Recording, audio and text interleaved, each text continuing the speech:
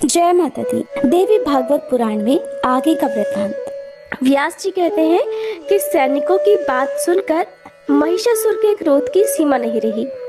उसने अपने सारथी को बुलाकर कहा कि जिसमें 1000 गधे जोते जाते हैं, जो ध्वजा और पताका से सुशोभित है, जिस पर अनेकों आयुध रखे रहते हैं और जिसके चक्के और युगंधर बड़े मजबूत है, वो मेरा प्रकाशमान अद्भुत रथ अभी मेरे सामने उपस्थित करो। आज्ञा पाते ही सारथी तुरंत रथ लेकर आ गया और बोला, महाराज, मैं खूब सजाकर आपका रथ ले आया हूँ। ये बाहर दरवाजे पर खड़ा हुआ है और ये रथ सभी अस्त्र शस्त्रों से सुसज्जित है। उत्तम चांदनी से उसे छा दिया गया है। इसके बाद रथ आ गया। ये जानकर दानवराज महाबली महिषासुर मनुष्य का शरीर धारण करके युद्ध के मैदान में जाने के लिए तैयार हो गया। उसने मन ही मन सोचा कि मैं भैंसे के रूप में हूँ, मेरा मुख बहुत कुरूप है, मेरे मस्तक पर सींग है। इस रूप को देखकर देवी अवश्य ही उदास हो जाएगी। स्त्रियों को प्रसन्न करने के लिए सुंदर रूप और चतुरता बड़ी आवश्यक है। इसलिए आकर्षक रूप और चतुरता से संपन्न होकर ही मैं उस युवती के सामने जाऊंगा, जिससे मुझे देखते ही उसके हृदय में प्रेम का उदय हो जाएगा। मेरे लिए भी मुख की संभावना इसी स्थिति में है। यो मन में विचार कर उस महाबली दानवराज ने भैंसे का रूप त्याग कर सुंदर पुरुष की छवि धारण कर ली। उसके हाथों में अब संपूर्ण आयुध सुशोभित थे। उसके सुंदर शरीर को दिव्य वस्त्र सुशोभित कर रहे थे। ऐसा लगता था मानो कोई दूसरा कामदेव ही हो। हाथ में धनुष बाण लेकर वो रथ पर बैठ गया। केयूर और हार उसकी छवि बढ़ा रहे थे। अभिमान में चूर होकर सेना साथ लिए हुए वह भगवती जगदम्बा के पास पहुंच गया। उस समय उसने ऐसा सुंदर वेश बना रखा था जिसे देखकर अपने रूप का अभिमान करने वाली स्त्रियों के मन भी उधर आकर्षित हो जाएं। जब देवी ने देखा कि दैत्यराज महिषासुर निकट आ गया और उसके बहुत से वीर भी उसके साथ आ रहे हैं, तब उन्होंने शंख ध्वनि आरंभ कर दी। जन समाज में आश्चर्य प्रकट करने वाली उस शंख ध्वनि को सुनकर महिषासुर भगवती के पास आ गया और मानो हंसता हुआ उनसे बोला, देवी, ये जगत परिवर्तनशील है। स्त्री या फिर पुरुष जो भी इसमें रहते हैं, सबके मन में सब प्रकार से सुख भोगने की ही इच्छा बनी रहती है। मनुष्यों को संयोग में ही सुख प्राप्त होता है, वियोग में सुख की संभावना कभी नहीं की जा सकती। मैं एक वीर पुरुष हूँ। तुम मेरे साथ यदि संयोग करती हो तो तुम्हें सर्वोत्कृष्ट सुख प्राप्त होना बिल्कुल निश्चित है। प्रिय, मैं अपनी रुचि के अनुसार तरह तरह से रूप धारण कर सकता हूँ।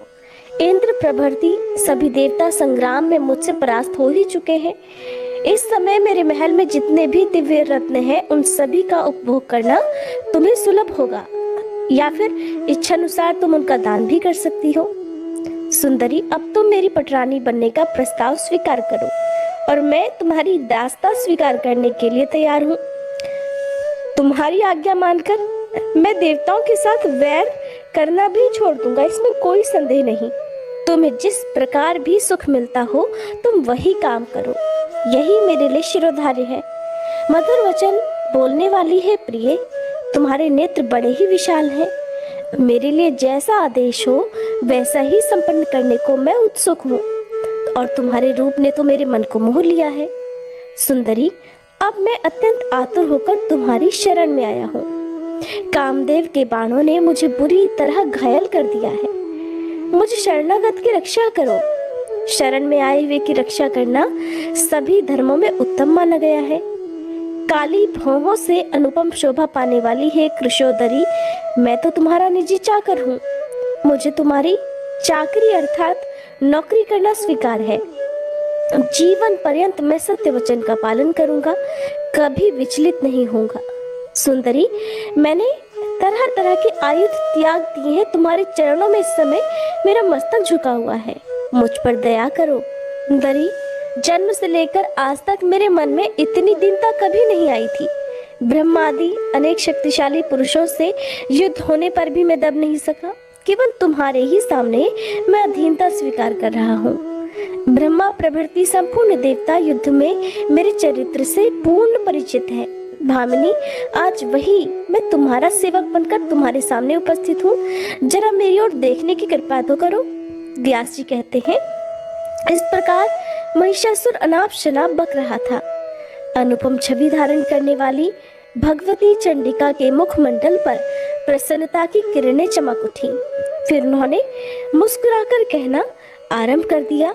देवी ने कहा, परम पुरुष परमात्मा के अलावा अन्य कोई भी पुरुष मेरा अभीष्ट नहीं है, और दैत्य मैं केवल उन्हीं को चाहती हूँ। अखिल जगत की सृष्टि करना मेरा प्रधान कर्तव्य है। वे परम पुरुष संपूर्ण विश्व के आत्मा हैं। मुझ पर उनकी दृष्टि लगी रहती है क्योंकि मैं उनकी प्रकृति हूँ। मेरा विग्रह कल्याणमय है। उनका सानिध्य पाने से ही मुझ में सदा प्रस्तुत रहने की चेतना आ जाती है, नहीं तो मैं जड़ थी। उनके संयोग का ये प्रभाव है कि मैं सचेतन हो गई हूँ। जिस प्रकार लोहा स्वभावतः जड़ होने पर भी चुंबक का संयोग होते ही उसमें चेतनता आ जाती है। मैं ग्राम में सुख भोगने की कभी इच्छा नहीं करती। अरे मूर्ख, तेरी बुद्धि तो बड़ी खोटी है। इसी से तू स्त्री संबंधी सुख के लिए इतना लालयित है। अरे पुरुष को बांधने के लिए स्त्री एक सुदृढ़ जंजीर कही जाती है। लोहे से बंधा हुआ छूट भी सकता है, किंतु जो स्त्री रूपी सांकल से बंध जाता है उसका छूटना बड़ा मुश्किल है। स्त्री का संग करने में महान कष्ट उठाना पड़ता है। इस बात को जानते हुए भी तू मूर्खता क्यों कर रहा है? देवताओं से वैर छोड़कर स्वतंत्रता पूर्वक संसार में घूम, या फिर तुझे जीने की इच्छा हो तो पाताल लोक चला जा, या फिर चाहे तो युद्ध भी कर सकता है, और मुझ में शक्ति की कोई कमी नहीं है। दानव, तेरा वध करने के लिए ही देवताओं ने मुझे इस समय यहाँ आने की प्रार्थना की है। तू वाणी द्वारा आज जो मेरा सुहृद बन चुका है, इसी के फलस्वरूप मैं तुझसे सच्ची बात बता रही हूँ, क्योंकि तेरा ये व्यवहार अब मेरी प्रसन्नता का कारण बन गया है। इसलिए तू जीते जी सुखपूर्वक यहाँ से चला जा। 7 पग चलने पर ही सज्जनों में मैत्री हो जाती है, इसलिए मैं तुझे जीवन दान दे रही हूँ। वीर, अगर तुझे मरना ही अभीष्ट है तो बड़े आनंद के साथ युद्ध कर। महाबाहो, मेरे हाथों तेरा वध होगा और इसमें किंचित मात्र भी संदेह नहीं है। व्यास जी कहते हैं, भगवती जगदम्बा की ये बात सुनकर काम से मोहित हुए महिषासुर ने मधुर वाणी में फिर से मीठी बातें कहनी शुरू कर दी कि हे प्रसन्न वदने, तुम पर आघात करने में मुझे डर लगता है, क्योंकि तुम नारी हो। तुम्हारे सभी अंग अत्यंत सुंदर और सुकोमल हैं। इन्हें देखकर मनुष्य का मन तो मुग्ध हो जाता है। तुम्हारे इस रूप पर विष्णु, शंकर और लोकपाल प्रभृति प्राय सभी निछावर हो चुके हैं। कमल लोचने, तब फिर क्या तुम्हारे साथ युद्ध करना मेरे लिए उचित होगा? सुंदरी, अगर तुम्हें अच्छा लगे तो मेरी सहधर्मिणी बनकर उपासना में तत्पर हो जाओ, या फिर जहाँ से आने का कष्ट किया है उसी देश में इच्छा अनुसार वापस जा सकती हो। मैं तुम पर अस्त्र शस्त्र नहीं उठाऊंगा, क्योंकि तुम मेरे साथ मैत्री कर चुकी हो। मैंने हित भरी कल्याण की बातें कही है, इसलिए आनंद पूर्वक चले जाने में ही तुम्हारी भलाई है। ऐसी मृगनयनी स्त्री को मार देने में मेरी बिल्कुल भी शोभा नहीं होगी। स्त्री, बालक या फिर ब्राह्मण की हत्या के लिए प्रायश्चित भी कोई विधान नहीं है। इसलिए वराना ने आज मैं तुम्हें लेकर घर चलने का विचार कर रहा हूँ। अगर मैं तुम्हारे साथ बल प्रयोग करता हूँ तो इससे किसी उत्तम फल की संभावना नहीं दिखती, क्योंकि वैसी स्थिति में भोग सुख का अवसर भला कैसे मिल सकता है। सुकेशी, यही कारण है कि मैं नम्र होकर प्रार्थना पूर्वक तुमसे बातें कर रहा हूँ। प्रिया के मुख कमल से वंचित रहने पर पुरुष के लिए अन्य कोई भी सुख का साधन नहीं है। ऐसे ही पुरुष के बिना स्त्रियों के लिए भी समझना चाहिए।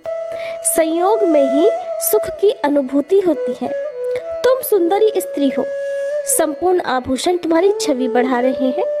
तुम में चतुरता का अभाव कैसे हो गया, जिसके परिणाम स्वरूप तुम मेरी स्वामिनी बनना अस्वीकार कर रही हो? किसने तुम्हें भोगों से सदा वंचित रहने वाला ये उपदेश दिया है? मधुर बोलने वाली है प्रिय, किसी शत्रु ने तुम्हें ठग लिया है। इसी से संप्रति तुम्हारी ऐसी बुद्धि हो गई है। पता नहीं इस समय मूर्ख कामदेव कहाँ चला गया है, जो अपने सुकोमल 5 बाणों से तुम्हें व्यथित नहीं कर पा रहा। पीछे पछताना पड़ेगा। सुंदरी, तुम्हारी भी मंदोदरी जैसी ही दशा होगी। उसे परम सुंदर अनुकूल नरेश पति रूप में प्राप्त हो रहा था, किंतु उसने उसको अस्वीकार कर दिया। फिर जब मंदोदरी का अंतःकरण काम मोह से व्याप्त हो गया, तब उसे एक प्रचंड मूर्ख की स्त्री बनना पड़ा। व्यास जी कहते हैं, भगवती जगदम्बा ने महिषासुर की बात सुनकर उससे पूछा कि मंदोदरी नाम वाली वह स्त्री कौन थी? वो कौन राजा था जिसने उसे त्याग दिया? और वह कौन सा मूर्ख राजा था जिसकी फिर वह पत्नी बन गई? उस स्त्री को पुनः किस प्रकार दुख भोगने पड़े, जरा ये कथा विस्तार पूर्वक मुझसे तो कहो। तब महिषासुर कहने लगा कि धरातल पर सिंघल नाम से प्रसिद्ध एक देश है। सघन वृक्ष उसकी शोभा बढ़ा रहे थे। धन और धान्य से उस देश का कोई भी भाग खाली नहीं था। चंद्रसेन नामक राजा की वहां राजधानी थी। वे राजा बड़े धर्मात्मा, न्यायशील और शांत स्वभाव के थे और बड़ी तत्परता से अपनी प्रजा का पालन किया करते थे। सदा सत्य बोलते थे। उनका स्वभाव बड़ा कोमल था। वे शूरवीर थे। उन्हें नीति के साग रोपम शास्त्र को पार करने की उत्कट इच्छा लगी रहती थी। शास्त्र और सभी धर्मों के वे पूर्ण जानकार थे। धनुर्वेद में उनकी अच्छी गति थी। उनकी सुंदरी स्त्री भी वैसे ही सर्वगुण संपन्ना थी। वह सदा श्रेष्ठ आचरण का पालन करती थी। पति भक्ति में उसका अटूट अनुराग था। चंद्रसेन की वह प्रेयसी पत्नी गुणवती नाम से प्रसिद्ध थी। उसमें सभी उत्तम लक्षण विद्यमान थे। उसने प्रथम गर्भ से एक अत्यंत सुंदरी कन्या को उत्पन्न किया। मन को मुग्ध करने वाली उस पुत्री को पाकर पिता बड़े ही संतुष्ट हुए।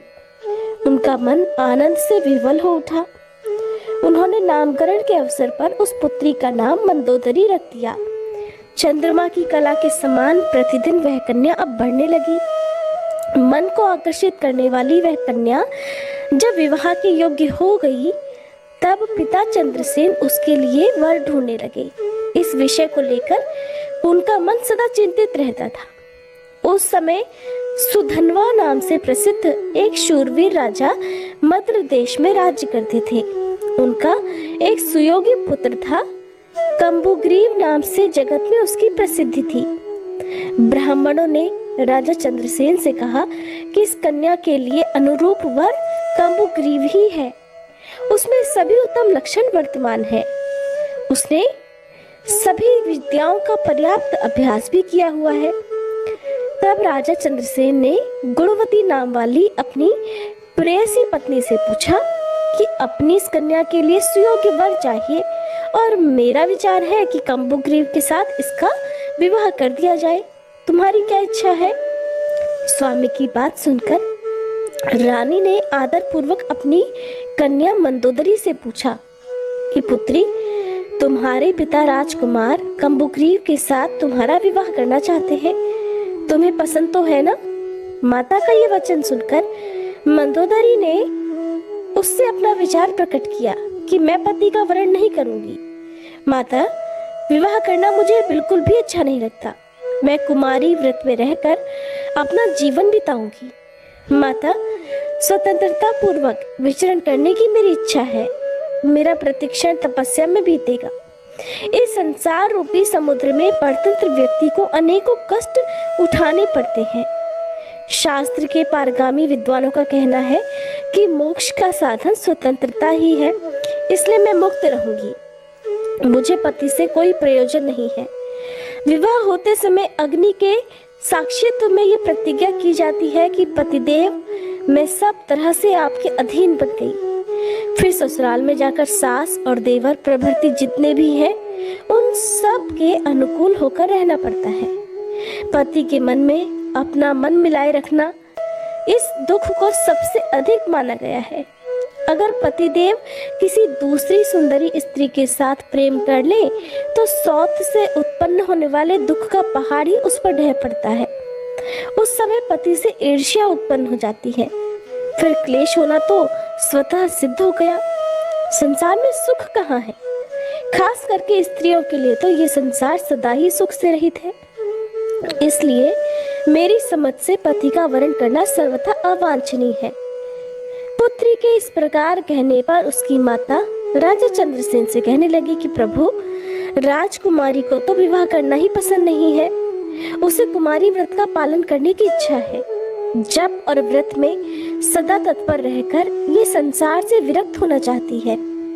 विवाह संबंधी बहुत से दोषों से वह पूर्ण परिचित है, इसलिए पति बनाने की बात उसे बिल्कुल अच्छी नहीं लगती। रानी की बात सुनकर राजा चंद्रसेन ने पुत्री की इच्छा अनुसार उसके विवाह का विचार ही छोड़ दिया। वह राजकुमारी माता पिता की संरक्षता में रहकर घर में ही समय बिताने लगी। स्त्रियों के अंग में जब जवानी के अंकुर जमने लगते हैं तब काम की उत्पत्ति होने लगती है। अवस्था के अनुसार ऐसा होना स्वाभाविक है। पद पद पर ज्ञान की बातें करने वाली जिस राजकुमारी ने बार बार प्रेरणा करने पर भी पति स्वीकार करना नहीं चाहा था, वही एक दिन सघन वृक्षों वाले उपवन में दासियों के साथ प्रेम पूर्वक विहार करने के लिए पहुंच गई। वहां की लताएं पुष्पों से सुशोभित थीं। उन्हें देखती हुई वह प्रसन्न वदन वाली सुंदरी उस उद्यान में क्रीड़ा करने लगी। वह राजकुमारी पुष्प चुनती हुई विचर रही थी। इतने में ही उसी मार्ग से दैववश कौशल देश का राजा वहां आ पहुंचा। वीरसेन नाम से परम प्रसिद्ध वह राजा बड़ा शूरवीर था। उसके साथ कुछ सैनिक भी थे, परंतु उस समय वह अकेले ही रथ पर बैठकर आया था। उसकी बाकी सेना धीरे धीरे उसके पीछे आ रही थी। दूर से ही राजा वीरसेन किसी एक युवती की दृष्टि में आ गया। तब उस युवती ने राजकुमारी मंदोदरी से कहा कि देखो, इस रास्ते से रथ पर बैठा हुआ कोई पुरुष यहाँ आ रहा है। इस रूपवान पुरुष की भुजाएं तो बड़ी विशाल है। मेरा ऐसा विश्वास है कि भाग्यवश यहाँ किसी राजा का ही शुभागमन हो गया। इस प्रकार वह युवती बात कर रही थी। इतने में ही कौशल नरेश वीरसेन निकट आ गया। राजकुमारी मंदोदरी को देखकर उसके आश्चर्य की सीमा नहीं रही। तुरंत वह रथ से नीचे उतर आया और दासी से बोला कि बड़ी बड़ी आंख वाली ये बालिका कौन है और किसकी पुत्री है? मुझे शीघ्र बताने की कृपा करो। ऐसा पूछने पर दासी का मुख मुस्कान से भर गया। उसने कौशल नरेश वीरसेन से कहा कि सुंदर नेत्रों से शोभा पाने वाले हे वीर, पहले आप बतलाने की कृपा करें। मैं आपसे पूछ रही हूँ कि आप कौन है, कैसे यहाँ पधारे और किस काम से इस समय यहाँ आने का कष्ट उठाया है। दासी के यूं पूछने पर राजा वीरसेन ने उससे अपना परिचय देना शुरू किया कि इस भूमंडल पर एक परम अद्भुत कौशल नाम का देश है। प्रिय, मैं उस देश का रक्षक हूँ। मेरा नाम वीरसेन है। मेरे पास चतुरंगिणी सेना है जो इच्छा अनुसार पीछे आ रही है। मार्ग भूल जाने से भटकता हुआ ही मैं यहाँ आ गया। मुझे उस देश का राजा समझो। सैरंध्री ने कहा, राजन, महाराज चंद्रसेन की ये राजकुमारी है और इसका नाम मंदोदरी है। ये कुमारी क्रीड़ा करने के विचार से इस उपवन में आई है। दासी सैरंध्री की बात सुनकर राजा वीरसेन ने उससे फिर कहा कि सैरंध्री, तुम तो बड़ी विदुषी हो, तुम मेरी बात राजकुमारी को समझा दो। मेरा कहना है कि सुलोचने, मेरा जन्म ककुस्थ वंश में हुआ है। मैं वहाँ का राजा हूँ। कामिनी, तुम गांधर्व विधि से मुझे अपना पति बनाने की कृपा करो। मेरे घर अन्य कोई पत्नी नहीं है। मैं तुम राजकुमारी को चाहने लगा हूँ। तुम कुलीन घर की कन्या हो ही। तुम्हारे पिता मेरे साथ विधि पूर्वक तुम्हारा विवाह भी कर सकते हैं। मैं तुम्हारा अनुकूल पति हूँगा, इसमें कोई संदेह नहीं।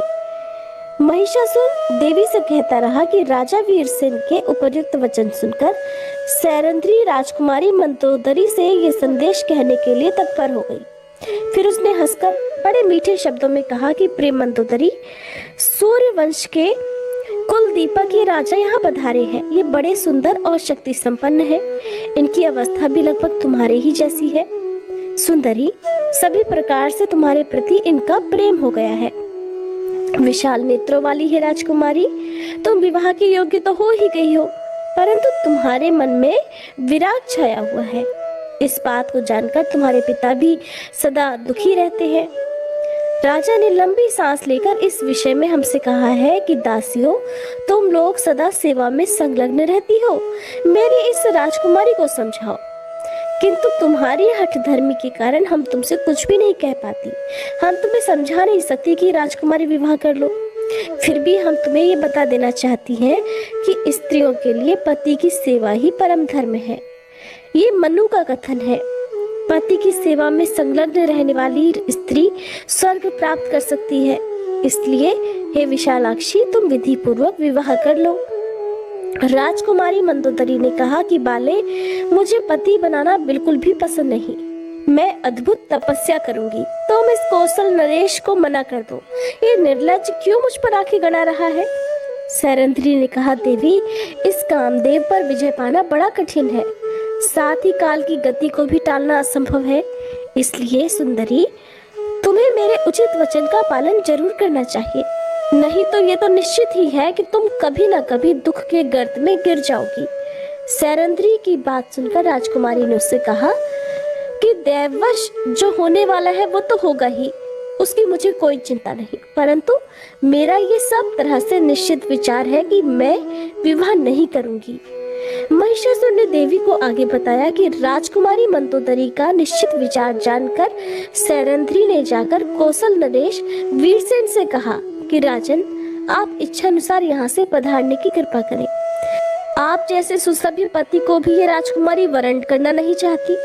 दासी की बात सुनकर राजा वीरसेन के मुख पर उदासी छा गई। अपनी सेना के सहित वे अपने कौशल देश के लिए प्रस्थान कर गए। उनके मन में राजकुमारी के प्रति जो मोह उत्पन्न हुआ था वो भी अब नहीं रहा। महिषासुर कहता है कि मंदोदरी की एक छोटी बहन थी। उस सुंदरी कन्या का नाम इंदुमती था। जब वह सौभाग्यवती कन्या विवाह के लायक हो गई, तब राजा चंद्रसेन ने उसके लिए स्वयंवर रचा। उस सभा मंडप में देश देशांतर के राजा उपस्थित हुए। इंदुमती ने किसी एक शक्ति संपन्न राजा के गले में हार डाल दिया। वह राजा बड़ा ही सुंदर, कुलीन और सुशील तथा सभी शुभ लक्षणों से युक्त था। उसी समय मंदोदरी पर काम के बाण असर कर गए। वह आतुर हो उठी। इतने में किसी एक शूद्र नरेश पर उसकी दृष्टि पड़ गई। वह बड़ा दुष्ट था, किंतु उसके सभी अंगों में चतुरता भरी हुई थी। दैववश राजकुमारी के मन में वही जच गया। तब सुंदरी मंदोदरी ने अपने पिता से कहलाया कि पिताजी, आप मेरा भी विवाह कर दीजिए। आज इस स्वयंवर के अवसर पर मद्र देश के राजा को देखकर मुझे ऐसी इच्छा उत्पन्न हो गई है।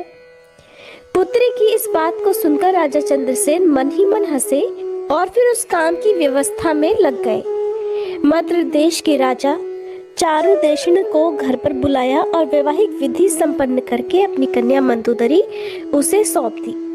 उपहार में बहुत सारा सामान दिया। चारुदेशन भी उस सुंदरी कन्या को पाकर अत्यंत हर्षित होकर अपने घर चला गया। रानी सहित राजा चंद्रसेन के मन की जलन भी शांत हो गई। चारुदेश राजाओं में सुप्रसिद्ध राजा था। कामिनी मंदोदरी के साथ बहुत दिनों तक उसने आनंद किया, लेकिन वह दुष्चरित्र था। उसके अति निंदनीय आचरण मंदोदरी ने खुद देख लिए।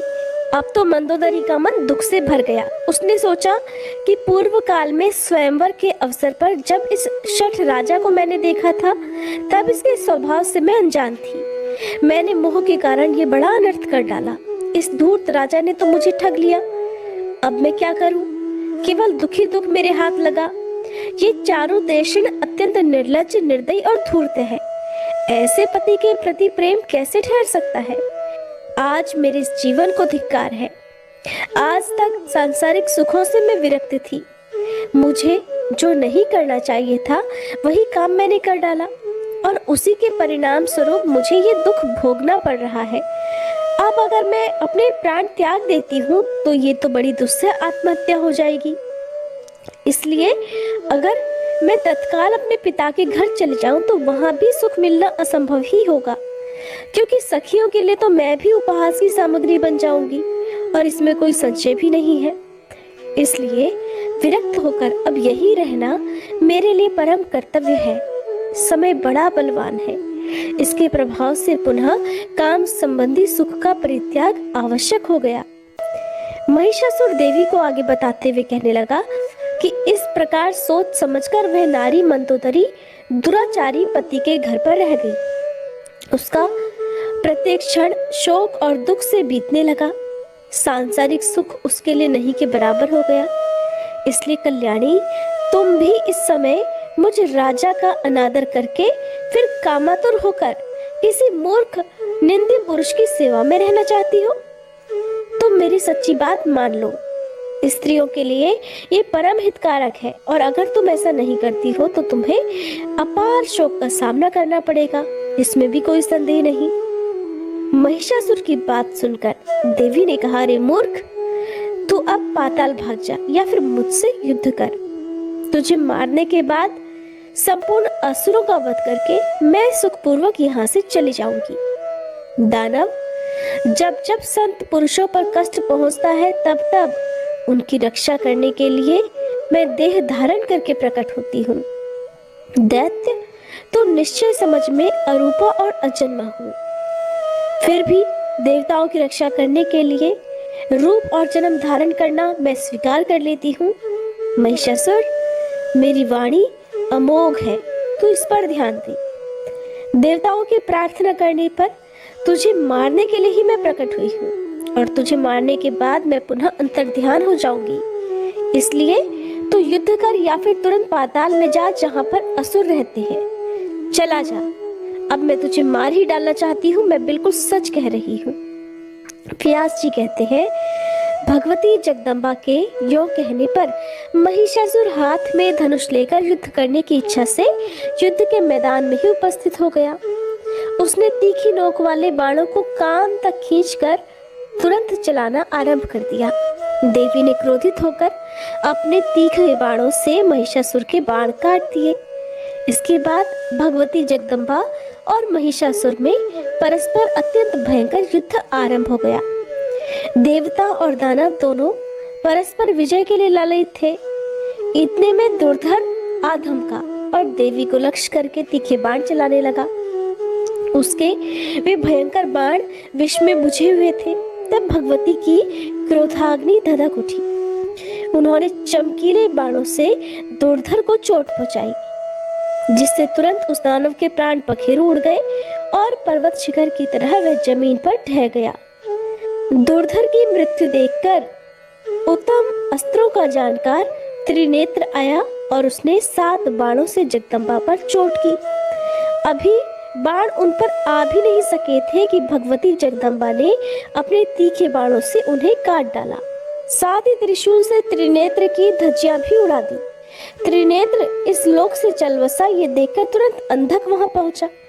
उसके पास लोहे की बनी हुई गदा थी। उसने उनसे सिंह के मस्तक पर प्रहार किया। अंधक अत्यंत बलवान योद्धा था, किंतु सिंह ने भी क्रोध में भरकर उसे नखों से चीर डाला और उसका मांस खाने लगा। इतने में राक्षस युद्ध के मैदान में काम आ गए। ये देखकर महिषासुर के आश्चर्य की सीमा नहीं रही। उसने देवी को बाणों का लक्ष्य बनाया और बाणों के अपने शरीर पर आने से पहले ही देवी ने उन तीखे तीरों से उन सबके टुकड़े टुकड़े कर दिए और फिर गदा से जोर से उसकी छाती में चोट पहुंचाई। देवताओं के लिए कंटक स्वरूप वह दैत्य महान नीच था। गदा की चोट लगने से उसे मूर्छा आ गई और फिर पीड़ा सहन करके वह तुरंत युद्ध भूमि में आ पहुंचा। उसने अपनी गदा सिंह के मस्तक पर चला दी। अब तो सिंह को बड़ा क्रोध आ गया, इसलिए अपने नखों से उस महान दानव को फाड़ डालने में वह तत्पर हो गया। तब महिषासुर भी पुरुष की आकृति त्याग कर सिंह बन गया और उसने देवी के मत वाले सिंह को नखों से चीरने की कोशिश शुरू कर दी। महिषासुर सिंह बन गया है ये देखकर देवी क्रोध से तमतमा उठी। अनेकों तीखे तीर देवी के पास थे जो ऐसे संघातिक थे मानो क्रूर विषधर सर्प हो। ये महिषासुर पर उन बाणों की वर्षा करने लगी। तब महिषासुर सिंह का वेश त्याग कर हाथी बन गया। फिर मनुष्य बनकर उसने हाथ में पर्वत का शिखर उठा लिया और उसे भगवती चंडिका पर फेंकने लगा। जगदम्बा ने अपने चमकीले बाणों से आते ही पर्वत शिखर को तिल तिल काट दिया और वे ठठाकर हंसने लगी। तब सिंह जोर से उछला और पुनः गजराज बने हुए महिषासुर के मस्तक पर विराजमान होकर अपने नखों से उसे फाड़ने लगा। इतने में महिषासुर हाथी का रूप त्याग कर अत्यंत बलवान और भयंकर शरभ बन गया और कुपित होकर देवी के सिंह को मारने का प्रयास करने लगा। उस दानव को शरभ वेशधारी देखकर देवी क्रोध में भर गई। उन्होंने झट तलवार से उसके मस्तक पर आघात किया। उस दानव ने भी देवी पर चोट की। अब दोनों में अत्यंत भयंकर युद्ध होने लगा। उसने फिर से भैंसे की आकृति धारण कर ली और सींगों से देवी को मारने लगा। उसका वह रूप बड़ा भयानक और विकराल था। अब तो उसके पूंछ घुमाने और सींग झाड़ने से देवी को चोट लगने लगी। तभी देवी ने जोर से गरज कर कहा कि मूर्ख, व्यर्थ अभिमान मत कर, युद्ध के मैदान में ठहर जा।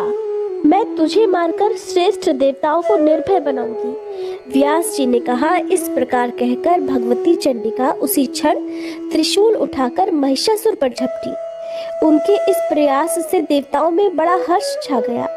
वे प्रसन्नता से भरकर देवी की स्तुति करने लगे। उन्होंने आकाश से पुष्प बरसाना आरंभ कर दिया। उनके मुख से बार बार विजय की घोषणा निकलने लगी। साथ ही दुंदुभियां बज उठी। उस समय ऋषि, गंधर्व, पिशाच, नाग, चारण और किन्नर गण आकाश में ठहरकर ये सारा युद्ध का दृश्य देख रहे थे। उनके मन में बड़ा आश्चर्य हो रहा था और आनंद भी हो रहा था। महिषासुर कपट विद्या का बड़ा अच्छा जानकार था। वह अनेक मायामय शरीर धारण करके युद्ध के मैदान में भगवती जगदम्बा पर चोट कर रहा था। तब चंडिका ने उस दुरात्मा की छाती पर बलपूर्वक तीखे त्रिशूल से आघात कर दिया। उस समय देवी की आंखें क्रोध से लाल हो उठी। चोट लगने पर महिषासुर भूमि पर गिर पड़ा। एक मुहूर्त तक उसे होश ही नहीं रहा, परंतु फिर वह बड़ी तेजी से उठ खड़ा हुआ और पैरों से बड़ी तेजी से देवी पर प्रहार करने लगा। पैरों से मारने के बाद बार बार ठाका मारकर हंसता भी था। उसके मुख से भयंकर गर्जना निकल रही थी, जिसे सुनकर देवताओं के हृदय में आतंक छा जाता था। इसके बाद भगवती जगदम्बा ने 1000 अरों वाला श्रेष्ठ चक्र हाथ में उठा लिया। महिषासुर सामने खड़ा हुआ था। देवी बड़े ऊंचे स्वर से गरजकर उससे कहने लगी, अरे मदांत, इस चक्र को देख, तेरे मस्तक को ये धड़ से अलग कर देगा। अभी क्षण मात्र तुझे ठहरना है, फिर तो यमलोक जाने की तैयारी है ही। ऐसा कहकर भगवती चंडिका ने उस युद्ध स्थली में भयंकर चक्र चला दिया। उस चक्र के लगते ही महिषासुर का मस्तक धड़ से अलग हो गया। उस समय उसके विशाल कंठ की नली से इस प्रकार गर्म खून की धारा बहने लगी, मानो गेरू आदि धातुओं से युक्त लाल पानी का झरना बड़ी तेजी से पर्वत से गिर रहा हो। मस्तक कट जाने पर महिषासुर का धड़ चक्कर काटकर धरती पर गिर पड़ा। देवताओं के मुख से सुख बढ़ाने वाली विजय घोषणा शुरू हो गई। भगवती के वाहन सिंह में भी अप्रतिम बल था। युद्ध भूमि से भागने में व्यस्त जितने भी दानव थे, उन्हें वह इस प्रकार खाने लगा मानो उसे बड़ी जोर की भूख सता रही हो। राजन, क्रूर महिषासुर के मर जाने पर बचे हुए संपूर्ण दानव भय से त्रस्त हो उठे। उन सब ने पाताल लोक की राह पकड़ ली। उस दानव के चल बसने पर भूमंडल पर जितने भी देवता, मुनि, मानव या अन्य साधु पुरुष थे, उन सब के मन में अपार हर्ष हुआ। फिर भगवती चंडिका भी युद्धभूमि से प्रस्थान करके एक पवित्र स्थान में जा विराजी। सुरगण को सुखी करना भगवती का स्वभाव ही है, इसलिए उन देवी की आराधना करने के लिए वे तुरंत वहां पर आ पहुंचे। व्यास जी कहते हैं, महिषासुर का वध देखकर इंद्र प्रभृति सभी देवताओं के मन में अपार हर्ष हुआ और वे भगवती जगदम्बा की स्तुति करने लगे। सभी देवतागण हाथ जोड़कर स्तुति करते हुए कहने लगे कि देवी, आपकी शक्ति के प्रभाव से ब्रह्मा इस जगत की सृष्टि करने, विष्णु पालन करने तथा संहार के अवसर पर रुद्र नाश करने में सफल होते हैं। उनके पास आपकी शक्ति का अभाव हो जाए तो वे किसी भी प्रकार समर्थ नहीं हो सकते।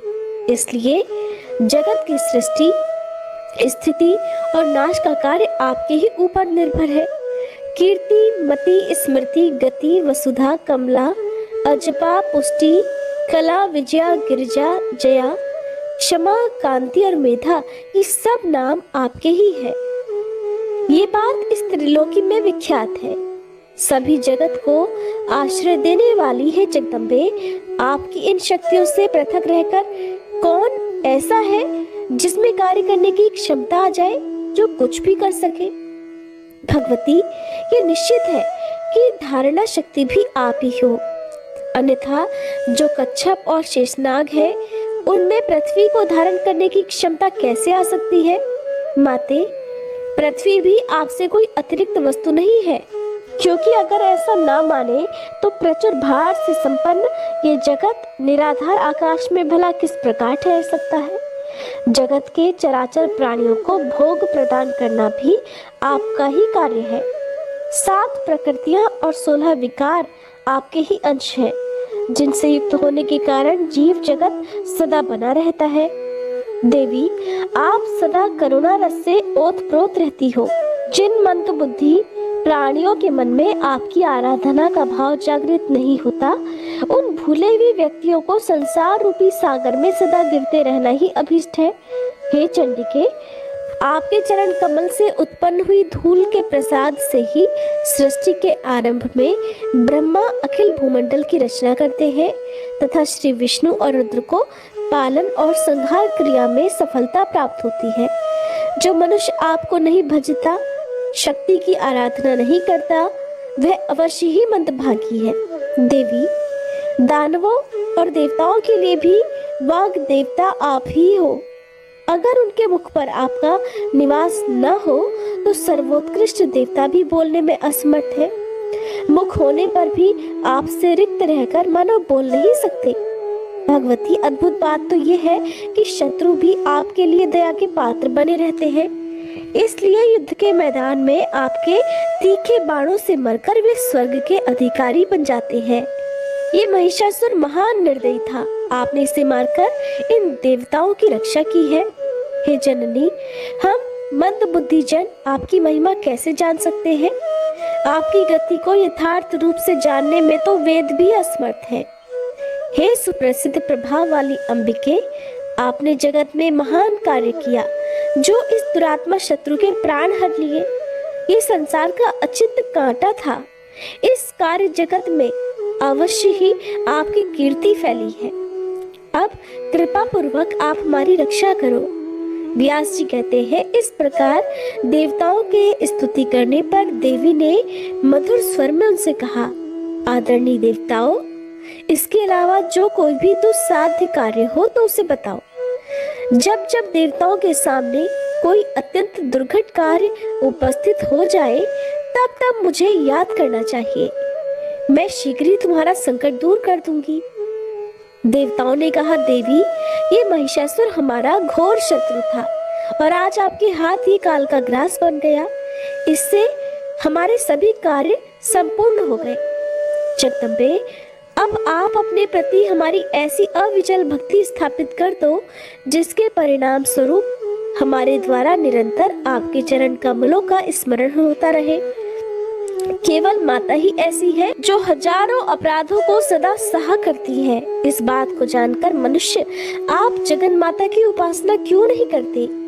इस देह रूपी वृक्ष पर 2 पक्षी विराजमान हैं। इनमें निरंतर सख्य भाव वर्तमान रहता है।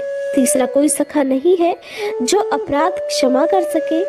इसलिए अपने परम सखा रूप आप परमेश्वरी को छोड़कर जीव किसकी कृपा से कल्याण प्राप्त कर सकेगा?